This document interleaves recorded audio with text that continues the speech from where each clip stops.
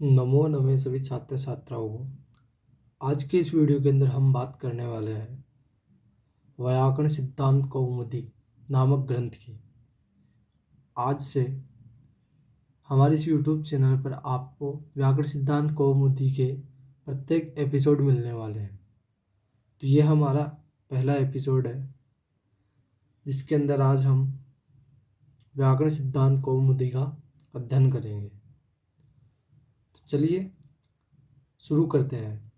तो सबसे पहले व्याकरण सिद्धांत कौमुदी अर्थात सबसे पहले कोई भी हम ग्रंथ वगैरह अध्ययन करें, ठीक है, चाहे व्याकरण सिद्धांत कौमुदी हो या लघु सिद्धांत कौमुदी हो या फिर मेघदूत हो, कोई भी ग्रंथ हो, तो सबसे पहले हमें ध्यान देना चाहिए, विशेषतः छात्र को ध्यान देना चाहिए कि उसके नाम पे विशेष चर्चा कर ली जाए। क्योंकि मान लीजिए छात्र पूरे ग्रंथ को अध्ययन करके, ठीक है, कहीं पे चला गया और वहाँ पे गया और उससे पूछा गया कि व्याकरण सिद्धांत कौमुदी का क्या अर्थ है, ठीक है, ऐसा पूछ लिया गया। क्योंकि उसने नाम पे विचार किया नहीं था तो वो वहाँ पे अटक जाएगा और उसे मूर्ख समझा जाएगा।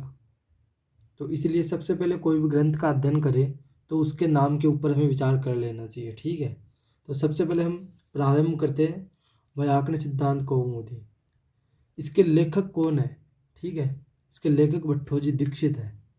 व्याकरण सिद्धांत कौमुदी के लेखक भट्टोजी दीक्षित है, ठीक है।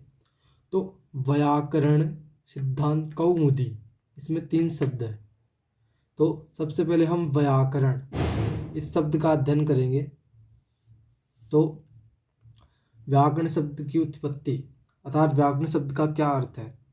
व्याकरणम अधीयते अर्थात व्याकरणम अधीयते विदन्ति वा इति व्याकरणम, मतलब व्याकरण का जो अध्ययन करते हैं, ठीक है। व्याकरण शब्द का अर्थ है व्याकरणम, इसका अर्थ है व्याकरण का जो अध्ययन करते हैं अथवा जिन्होंने व्याकरण जान ली है, मतलब अभी जो पढ़ रहे हैं और जो पढ़ चुके हैं उन्हें व्याकरण कहते हैं, ठीक है। और इसका एक शब्द यह भी है कि व्याक्रियन्ते व्युत्पादन्ते शब्दा अनेनेति व्याकरणम, ठीक है। शायद ये 11th क्लास की बुक के अंदर है, वरिष्ठ उपाध्याय में, उसी के अंदर है ये। तो व्याकरण शास्त्र शब्दों का व्युत्पादन करता है, ठीक है। शब्दों का व्युत्पादन जिससे होता है वह शास्त्र है, इसका एक अर्थ यह भी बनता है, ठीक है। लेकिन हमें यही याद रखना है कि व्याकरण शब्द का अर्थ व्याकरण शास्त्र को जानने और पढ़ने वाले, ठीक है। यह हमें व्याकरण शास्त्र का क्या अर्थ है, व्याक्रियन्ते व्युत्पादन्ते शब्दानेनेति व्याकरणम, एक तो ये हो जाएगा और दूसरा हो जाएगा व्याकरणम अधीयते विदन्ति वा इति व्याकरणम, ठीक है। व्याकरण शास्त्र को जानने और पढ़ने वाले, वही क्या है, व्याकरण है,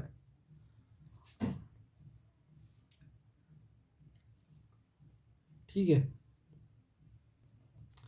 नेक्स्ट हम बात करेंगे सिद्धांत। व्याकरण के बाद में सिद्धांत है, ठीक है। तो सिद्धांत का मतलब क्या है। सिद्धांत का अर्थ है वादी प्रतिवादिभ्याम निर्णीतो अर्थः सिद्धांत है, ठीक है। हाँ, अगर कोई इसमें प्रश्न वगैरह बनेंगे तो वो मैं आपको बता दूंगा। और अगर आपका कोई मन से प्रश्न बन रहा है तो आप मुझे इंस्टाग्राम पे जाके ऑडियो मैसेज या टेक्स्ट मैसेज यहाँ पे भी पूछ सकते हैं, आपको रिप्लाई ज़रूर मिल जाएगा, ठीक है। तो वादी प्रतिवादिभ्याम निर्णीतो अर्थः सिद्धांत है, ठीक है। सिद्धांत का मतलब है वा ठीक है, सिद्धांत का क्या मतलब है, वादी प्रतिवादिभ्याम निर्णीतो अर्थः सिद्धांत है। वाद और प्रतिवाद के द्वारा जो निश्चित विचार निकल के आता है वही सिद्धांत है। इसको ऐसे समझ सकते हैं, जैसे मान लीजिए कोर्ट के अंदर 2 वकील होते हैं, ठीक है। वो जज के सामने अपना अपना विचार रखते हैं, ठीक है। और कुछ 5-6 घंटे के बाद में या फिर 7-8 घंटे जो भी टाइम लगता है उसके बाद में एक निश्चित, ठीक है, एक वकील के पक्ष में निश्चित जो विचार होता है वो निकल के आ जाता है, बस वही सिद्धांत है। तो इसको ऐसे समझ सकते हैं, वाद और प्रतिवाद के द्वारा, छात्र छात्राओं में जो वाद विवाद होता है उसके द्वारा, ठीक है, निर्णित एक जो निश्चित विचार निकल के आएगा वही सिद्धांत है। लघु सिद्धांत कौमुदी में कहा है कि ऊहापोहकृत, ठीक है, ऊहापोहकृत निश्चित विचार है, सिद्धांत है। ऊहापोह मतलब इसका शब्द का अर्थ है, ऊहापोह शब्द का क्या अर्थ रहेगा, ऊहापोह लिख लेना इसे, ऊहापोह का शब्द का अर्थ है तर्क वितर्क, ठीक है, मतलब ऊहापोह तर्क वितर्क के द्वारा निश्चित विचार, ठीक है, तर्क वितर्क के द्वारा जो निश्चित विचार है वही सिद्धांत है।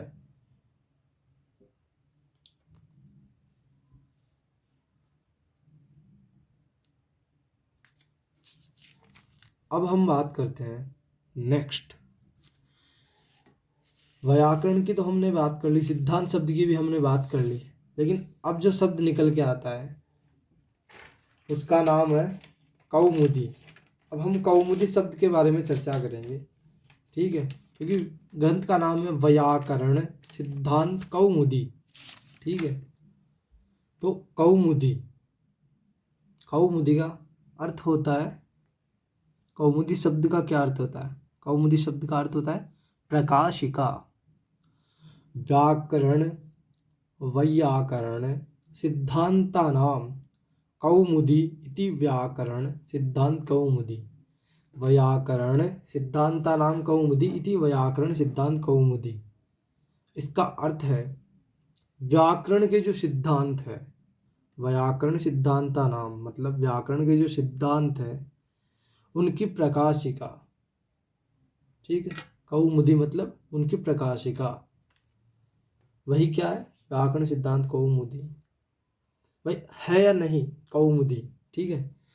जैसे मान लीजिए अपनी जो ग्रंथ है व्याकरण सिद्धांत है, जो व्याकरण सिद्धांत कौमुदी है, मतलब ये ग्रंथ एक कौमुदी हो गई, ठीक है, और इसकी प्रकाशिका, ये इसकी प्रकाशिका है, क्योंकि ये उसके सूत्र का हमें व्याकरण का ज्ञान दे रही है, उनके बारे में बता रही है, तो ये एक प्रकाशिका हो गई, ठीक है। इसके अर्थ लिख लीजिए, कौमुदी शब्द के अर्थ है प्रकाशिका अर्थात प्रकाश करने वाली, और इसके दो अर्थ और भी है, चंद्रिका या फिर चांदनी, लेकिन यहाँ पर ग्रहण किसका हो रहा है, प्रकाशिका मतलब प्रकाश करने वाली। ये कौमुदी है जो व्याकरण का प्रकाश कर रही है, ठीक है। तो हमने व्याकरण सिद्धांत और कौमुदी इन तीनों शब्दों का मतलब ग्रंथ के नाम पे हमने अच्छे से विचार कर लिया, ठीक है। और अगर और भी कोई प्रश्न हो तो आप कमेंट में पूछ सकते हैं हमें। अब हम ग्रंथ के मंगलाचरण के बारे में बात करेंगे। तो सबसे पहले मंगलाचरण का पठन करेंगे। मुनित्रयं नमस्कृत्य तद उक्ति परिभाव्य च वैयाकरण सिद्धांत कौमुदीयं विरच्यते। अर्थात सबसे पहले हम मंगलाचरण का अन्वय करेंगे, ठीक है, फिर मंगलाचरण को अच्छे से समझेंगे। तो एक बार और पठन कर लेते हैं। मुनित्रयं नमस्कृत्य तद उक्ति परिभाव्य च वैयाकरण सिद्धांत कौमुदीयं विरच्यते। अर्थात विरच्यते मतलब अन्वय करने जा रहे हैं हम, विरच्यते, विरच्यते शब्द का क्या अर्थ होगा, विरच्यते यानी रचना कर रहा हूँ, ठीक है, मतलब यह रचना कौन कर रहा है, ठीक है, श्लोक में रचना कौन कर रहा है, भट्टोजी दीक्षित, ठीक है। तो इसे हम बनाएंगे विरच्यते यानी रचना कर रहा हूँ, ठीक है। रचना किसकी कर रहा हूँ, रचना किसकी कर रहा हूँ? तो इन्होंने बोला व्याकरण सिद्धांत कौमुदी, ठीक है। अब रचना कर रहा है, श्लोक में हो रहा है विरच्यते, यानी रचना कर रहा हूँ। रचना कौन कर रहा है, ठीक है, रचना कर कौन रहा है? तो जो कौमुदी, इसके अंदर कौमुदीयम है ना, तो इसमें यम शब्द है, तो यह निकल के आ जाएगा।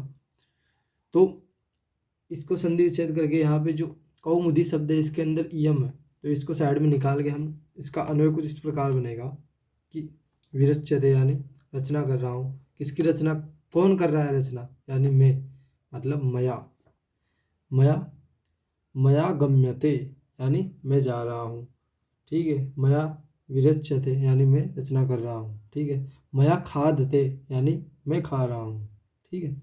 तो मया यानी मैं, ठीक है, इसको नीचे लिखता हूँ थोड़ा, मया, ठीक है, मया यानी मैं, वैयाकरण सिद्धांत, ठीक है। मया, अच्छा हाँ, ये यम भी तो आएगा ना इधर, मया यम, ठीक है, मया यम वैयाकरण सिद्धांत कौमुदी, कौमुदी विरच्यते। इसका अर्थ ये हो जाएगा कि मैं व्याकरण सिद्धांत कौमुदी की रचना कर रहा हूँ, ठीक है। अब आगे आता है मुनि त्रयम, मुनि त्रयम नमस्कृत्य, ठीक है। अब इसका अन्वय कैसे होएगा कि मुनि त्रयम, इसमें मुनि शब्द का तो हो गया अर्थ मुनि, ठीक है, ऋषि। और त्रयम, त्रयम शब्द का क्या अर्थ है? त्रयम शब्द का आप अर्थ लिख लेना, ठीक है। त्रयो, यहाँ पर त्रयो अवयवा यस्य, अर्थात त्रयम शब्द का अर्थ है त्रयो अवयवा यस्य, तीन है अवयव जिसके, मतलब अब तीन अवयव किसके, ठीक है, मतलब किसी समुदाय के, तीन अवयव है जिसके वह समुदाय, ठीक है। ऐसे समुदाय को क्या कहते हैं? त्रयम।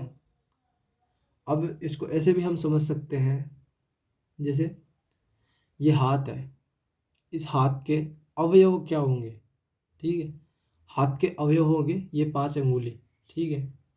तो उसी प्रकार इस समुदाय के अवयव, मतलब तीन है अवयव जिसके, ऐसा समुदाय उसे त्रयम, तो मुनि त्रयम, ठीक है। नमस्कृत्य मतलब नमस्कार करके। अब तीन मुनि कौन, ठीक है, तो इसके लिए लेखक ने कहा, रचनाकार ने कहा तीन मुनि कौन कौन, ठीक है। मुनि त्रयम बोला है ना यहाँ पे, तो त्रयम शब्द का तो हमने समझ लिया, लेकिन तीन मुनि है कौन कौन से? तो आते हैं, सबसे पहले मुनि आते हैं पाणिनि, ठीक है। पाणिनि, कात्यायन और पतंजलि, ये तीनों मुनि, इन तीनों मुनियों को नमस्कार करके, ठीक है, तो मुनि त्रयम नमस्कृत्य, इन तीनों पाणिनि कात्यायन और पतंजलि को नमस्कार करके, तद उक्ति ही परिभाव्य च, आगे आता है तद उक्ति ही परिभाव्य च, ठीक है। तद उक्ति ही शब्द का अर्थ होगा तद उक्ति ही, तेषाम उक्तयः, तद उक्तयः, ठीक है, तेषाम उक्तयः, मैं लिख देता हूँ थोड़ा सा यहाँ पे, तेषाम उक्तयः, आप लिख लेना इसको, वरना फिर समझने में बाद में समस्या होगी। तेषाम उक्तयः तदुक्तयः, तेषाम उक्तयः तदुक्तयः, अर्थात तेषाम, तेषाम शब्द का क्या अर्थ होगा? तेषाम त्रयाणाम, क्या? त्रयाणाम मुनीनाम, जो 3 मुनि है, कौन कौन से? पाणिनि, कात्यायन और पतंजलि, त्रयाणाम मुनि नाम। ठीक है, ये 3 मुनि हो गए। तेषाम का अर्थ हो गया त्रयाणाम मुनि नाम, 3 मुनि जो हमने पहले बता चुके। तद उक्ति ही मतलब उक्तय है, उक्तय है। तो उक्तय, उक्तय शब्द का क्या अर्थ होगा ये भी लिख लो। उक्तय मतलब वचन, उक्तय वचन या कथन। तो तदुक्ति, इस शब्द का अर्थ होगा, ये तदुक्ति ही ना, यहाँ पे तदुक्ति ही, इस शब्द का यह अर्थ होगा कि 3 मुनियों के, तेषाम त्रयाणाम मुनिनाम, जो 3 मुनि है उनके वचन या कथन, जो 3 मुनि है, तदुक्ति शब्द का अर्थ हो जाएगा 3 मुनियों के जो वचन है या कथन है। ठीक है, 3 मुनियों के जो वचन। ठीक है, अब वो 3 मुनि कौन कौन से थे? पाणिनि, कात्यायन, पतंजलि। अब इनके वचन, उनके वचन कौन कौन से हैं? मतलब उनके कथन मान लीजिए, वचन मान लीजिए जो भी, तो वो कौन कौन से हैं? तो पाणिनि की है अष्टाध्याय, अष्टाध्याय के सूत्र। ओनली अष्टाध्याय नहीं बोलना है आपको, क्योंकि अष्टाध्याय तो ऐसे तो रुद्राष्टाध्याय भी आ जाती है उसमें, तो अष्टाध्याय नहीं बोलना है। ठीक है, अष्टाध्याय के सूत्र, पाणिनि की अष्टाध्याय के सूत्र, और कात्यायन के वार्तिक। ठीक है, और तीसरे मुनि कौन से? पतंजलि, पतंजलि का महाभाष्य। ठीक है, इनका अध्ययन करके, मतलब परिभाव्य। ठीक है, परिभाव्य शब्द आ गया आगे, तदुक्ति। इसका अर्थ हमने समझ लिया, तदुक्ति मतलब तीनों मुनियों की उक्तियों को। ठीक है, उक्तियों को या वचन कथन को, तीनों मुनियों के वचन और कथन को। ठीक है, परिभाव्य, परिभाव्य जो शब्द है, ठीक है, इसका अर्थ होगा परिशीलन करना। ठीक है, या फिर परिआलोचन करके। नहीं समझे? चलो, अच्छी तरह से विचार करके। ठीक है, ये तो समझ में आ गया होगा। मतलब परिभाव्य शब्द का अर्थ है अच्छी तरह से विचार करके, और 2 अर्थ यह भी है, परिशीलन करना और परिशीलन करके, परिआलोचन करके, परिशीलन करके। ठीक है, यह भी अर्थ है।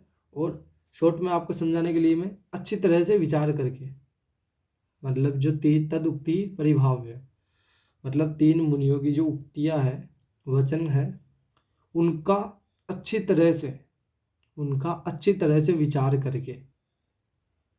सही, क्योंकि ये बात इन्होंने क्यों बोली? तद उक्ति परिभाव्य है।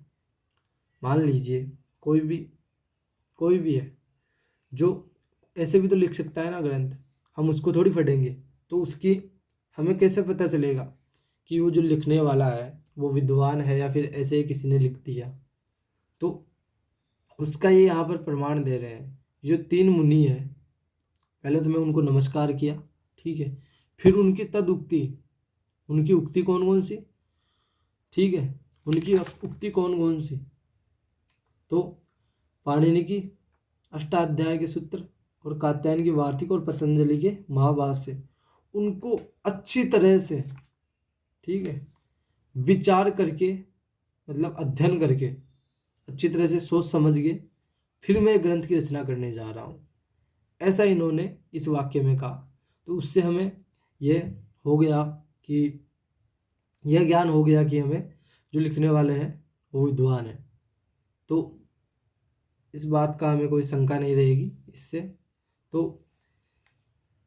मुनित्रयम नमस्कृत्य तदुक्ति परिभाव्य, इस शब्द का अर्थ, इस लाइन का पूरी का अर्थ हो जाएगा कि जो 3 मुनि है, मैं मुनित्रयम नमस्कृत्य, जो 3 मुनि है, मैं उनको नमस्कार करके और उनके सद उक्तियों को अच्छी तरह से विचार करके, उनकी सद उक्तियों को अच्छी तरह से विचार करके, ठीक है, मैं व्याकरण सिद्धांत कौमुदी नामक ग्रंथ की रचना करने जा रहा हूँ। इसका यह शब्द अर्थ हो जाएगा, और इसका जो अन्वय बनेगा ये यहाँ पर फर्स्ट लाइन का, तो वो मया, यानी वो ऐसे हो जाएगा, मया मया मुनित्रयम जो 3 मुनि है उनको